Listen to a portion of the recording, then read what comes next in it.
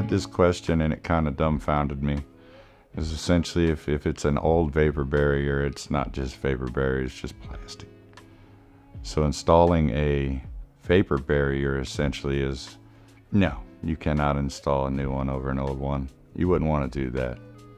You end up with a better product. It's like you tie your shoes before you put them on. No, you put your shoes on anytime. So essentially, I would not recommend installing a vapor barrier over an old one, because chances are the old one is just made of plastic, which will promote mold growth. It deteriorates and breaks down, whereas new aged vapor barrier is not only thicker and more durable, but it has fibers in it similar to duct tape, if you will, and it helps, it's mold resistant. It does what it's supposed to do. That's what I typically see.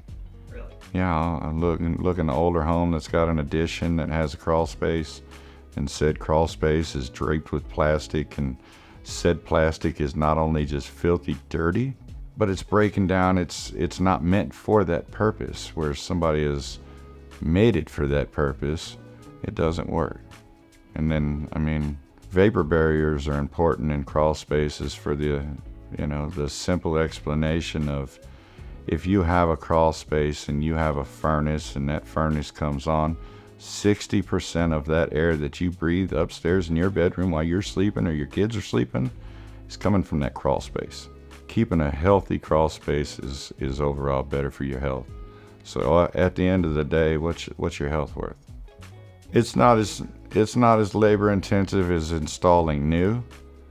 You basically just rip it all out, bag it up, make sure it doesn't have mold or dead mice or anything in it. That's what you see a lot of.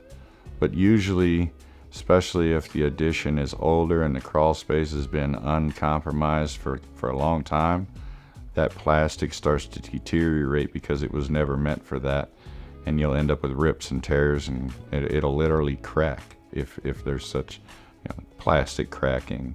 It happens, and it doesn't discriminate whether it's a certain thickness or how it was installed.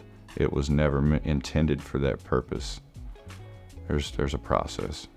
Run into that a lot, and everybody wants to fix it until they get the price, because it's not cheap. But again, what kind of number can you put on your health? Because that's what it boils down to.